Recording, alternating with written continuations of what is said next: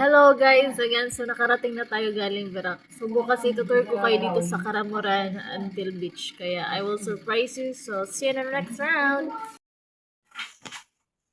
Hello guys, good morning. So today is 3:14. Nagising ako kasi nga nahiya ako tsaka gugutom na ako. I'm craving for burger kasi yung panaginip ko burger.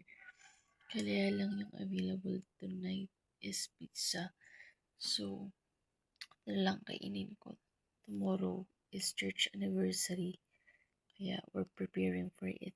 So, see you tomorrow. By the way guys, dito ako lumaki sa Karamuran since birth. Dito ako nag-elementary. Pero high school sa Verac na. Kaya ano talaga, dito ako nakasanay. Let's go!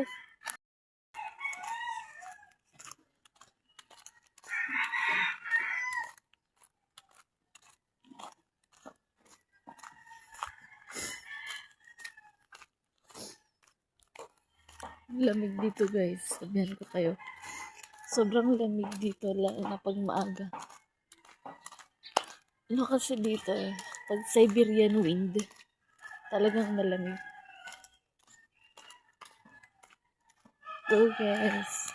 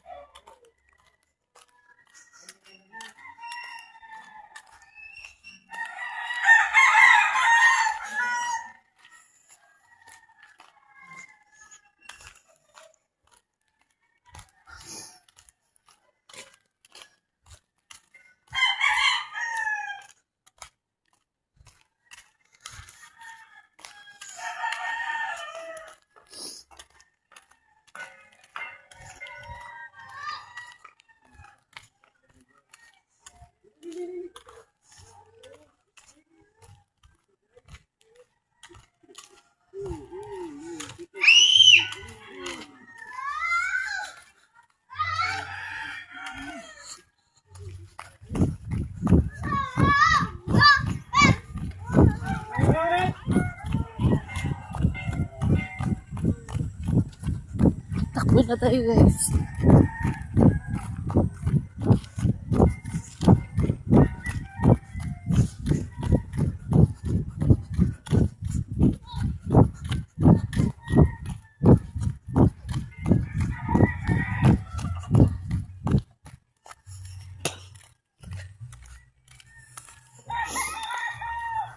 So barangay na to, bye-bye.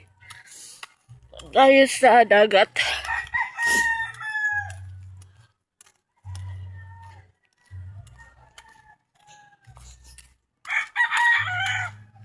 Actually, pinuntahan to ni Drew Arellano sa GMA.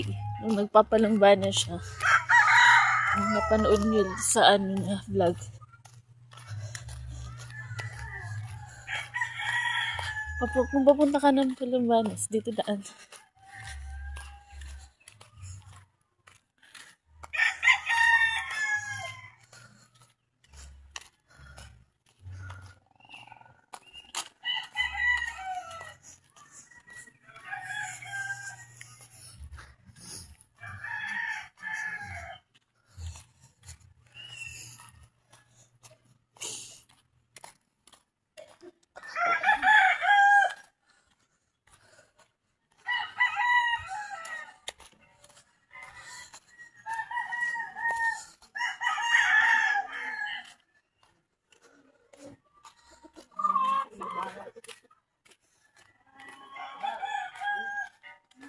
Medyo malayo rin to guys sa bahay.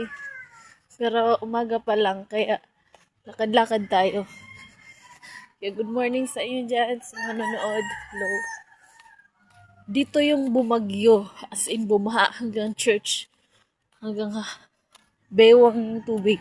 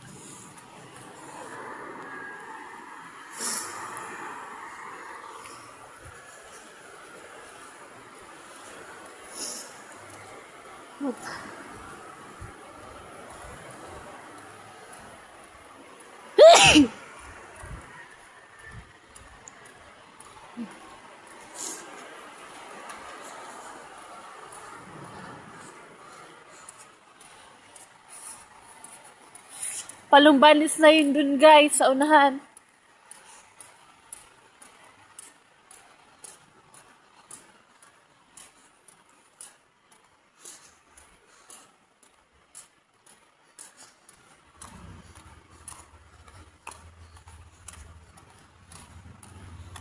Mag-isa lang ako, wala akong kasama. Kasi nga, busy sila. Karamuran to guys. Balik na tayo, let's go. Pinakita ko lang kung saan yung daan tsaka yung dagat. Maganda dito, kaya lang medyo madumi.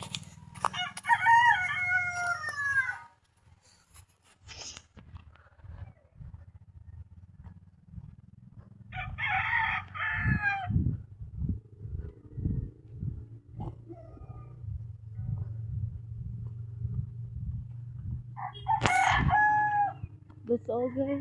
Thank you for watching. Ayan guys, so andito na po tayo sa event. So mamaya yung start ng gawain talaga. Kaya subaybayan natin yung mga mangyari. Kaya follow us more.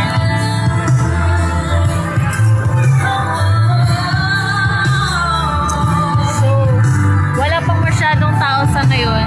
Pero mamaya. Okay, ready na. Isang mapagpalang hapon JCWM Karamuran. Okay, sa hapon pong ito ay sa araw na ito ay pinagdiriwang natin ang ika-31 anibersaryo ng ating Mother Church na may temang The Coming of the Lord. Okay? The Coming of the Lord.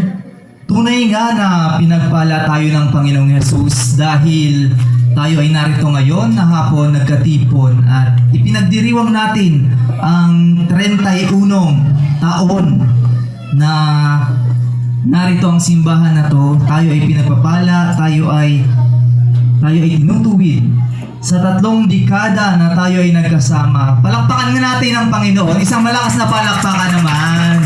Okay. Grabe.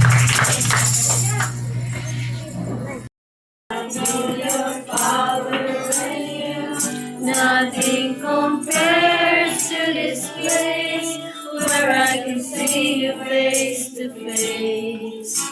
I worship you in spirit and in truth. I'm reaching for your heart.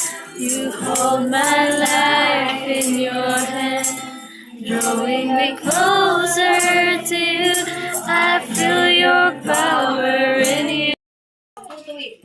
Ang pagsama sa bawat isa sa amin. Kaya kakilang Diyos, maraming salamat. Ama, maraming salamat sa oras na ito, Panginoon. Namin sampal din natin mo sa lugar na ito ang bawat isa sa amin dahil nagmamahal ka. Minsan pa palakpakan natin ang Panginoon sa buhay ni Pastora Barbara.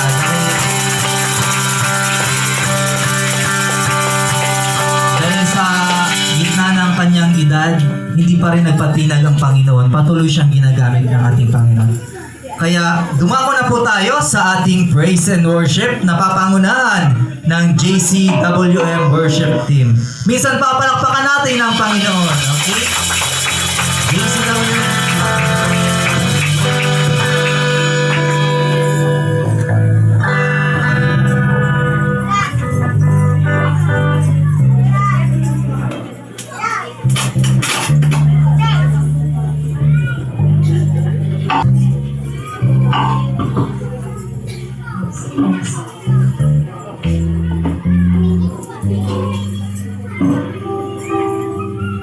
Sige po, bago po tayo magsimula sa ating pananambahan sa ating Diyos ay buhay, tayo po ay umawit lang sa pagtunog ng trompeta.